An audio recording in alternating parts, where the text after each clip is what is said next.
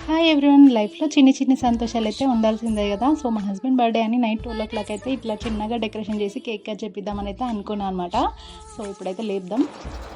Happy birthday, happy birthday, happy birthday to you, happy birthday to you. ఆయన అయితే నిజంగా చాలా సర్ప్రైజ్గా ఫీల్ అయ్యిండు, హ్యాపీగా ఫీల్ అయ్యిండు అనమాట. ఎందుకు ఇదంతా చేసినా పడుకోకుండా అని చెప్పేసి అయితే అన్నాడు. బట్ ఇట్స్ ఓకే, ఇయర్లో ఒకసారి వచ్చే బర్త్డేని కొంచెం స్పెషల్గా చేయాలని నాకైతే అనిపించింది అనమాట. ఆర్డర్ చేసి సో మొత్తానికి అయితే కొంచెం కూడా డౌట్ రాకుండా కేక్ అయితే కట్ చేయించిన అనమాట. కేక్ అయితే చాలా చాలా డెలిషియస్గా ఉండే. నైట్ 12 కాబట్టి ఎక్కువగా తినలేమని చిన్న కేక్ అయితే ఆర్డర్ చేసిన అనమాట.